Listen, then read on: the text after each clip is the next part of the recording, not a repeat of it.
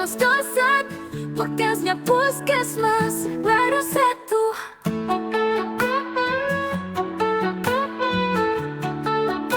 Assalamualaikum warahmatullahi wabarakatuh. Halo sahabat sehat Mas Dosat, ketemu lagi di acara podcast Mas Dosat, podcast Puskesmas Belado 1. Gimana kabarnya sobat sehat Mas Dosat? Sehat semua ya? Tentunya dong ya. Oke, kali ini kita mau membahas tentang bayi dengan berat badan lahir rendah. Nah, seperti biasanya Mae tidak sendirian di sini. Mae ditemani dengan dua orang narasumber hebat kita.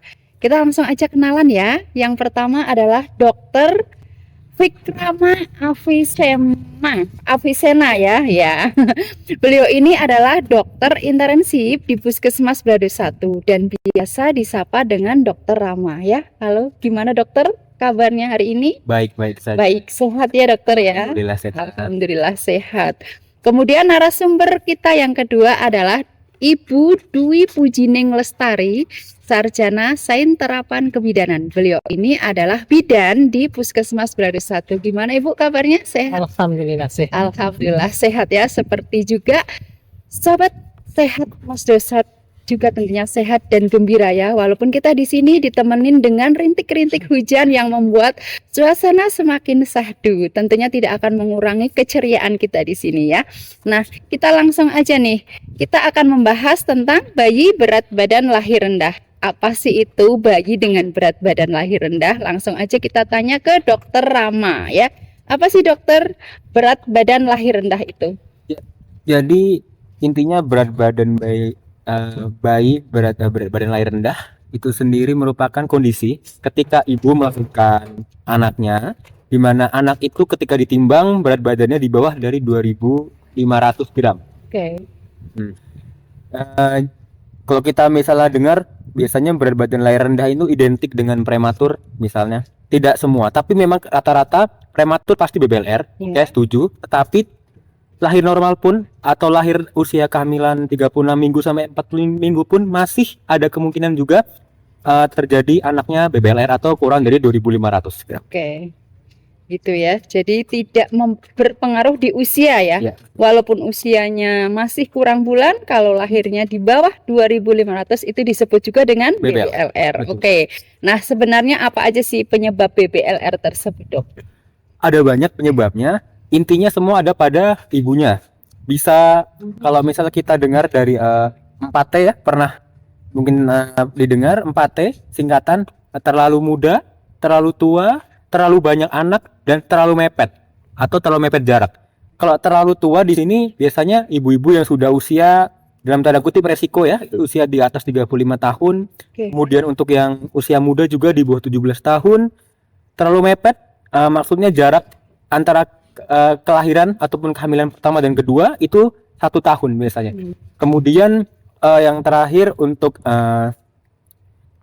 tadi ada jarak ya tadi ya. Kemudian terlalu banyak anak juga. Biasanya kalau anak dengan udah multi atau sudah banyak itu juga berisiko lebih untuk terkena anaknya kemungkinan BBLR. Selain itu juga faktor sosial ekonomi juga. Biasanya kan berkaitan dengan ibunya. Sosial life-nya dari ibunya mungkin makanan-makanan junk food, kemudian ada yang berhubungan dengan zat-zat toksik lainnya yang intinya ibu lakukan, dan semua yang ibu lakukan itu akan mempengaruhi plasenta yang merupakan dapur dari si janin nanti untuk mendapatkan nutrisi. Selain itu juga ada mungkin pernah mendengar PEB ya atau preeklamsi. Jadi intinya tensi tinggi pada saat sedang hamil usia 20 minggu ke atas, bahkan sampai setelah melahirkan sekalipun dalam 40 hari pertama atau masa nifasnya. Itu juga bisa mempengaruhi bayi mengalami BBLR. Oke, terima kasih dokter. Nah, sekarang kita ke Bu Dwi nih.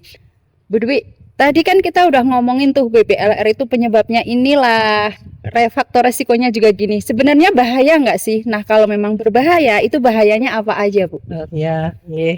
Jadi untuk bayi BBLR kalau kita lihat tadi kan faktornya banyak ya dokter. Ada yang karena faktor umur usia kehamilan kurang dari 37.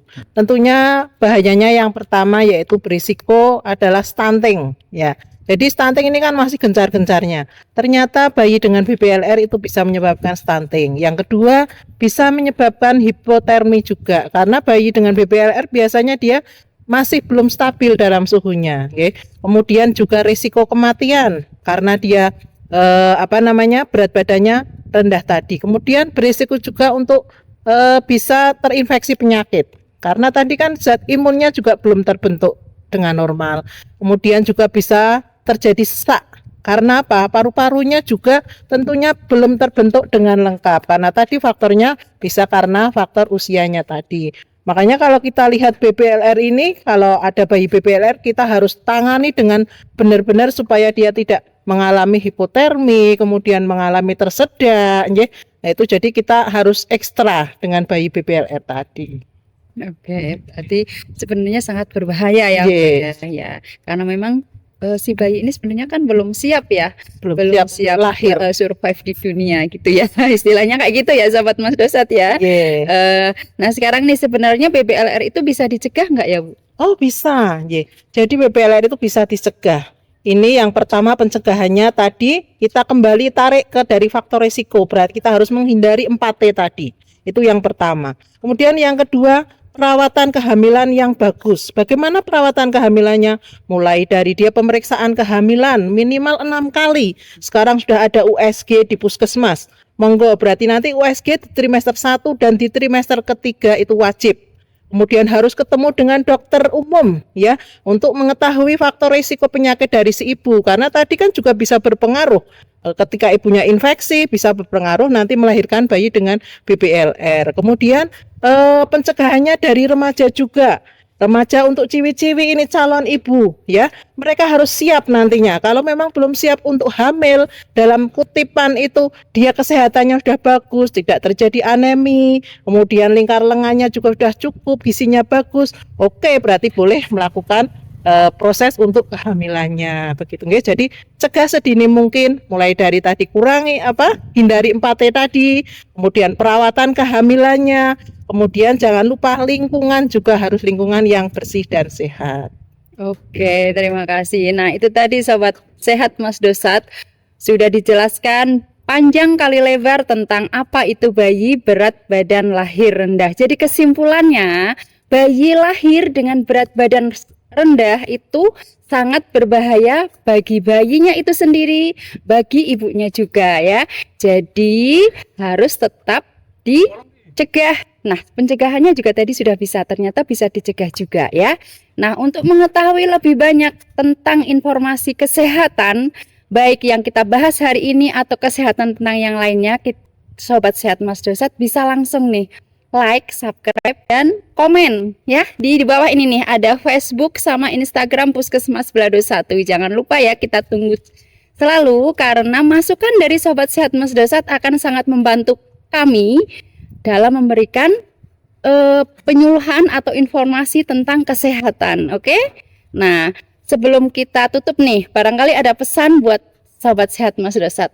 Ya, pesannya tadi berarti yang pertama adalah pastikan bahwa kita sehat sebelum kita siap untuk hamil. Itu yang pertama. Yang kedua berarti perawatan kehamilan itu sangat penting.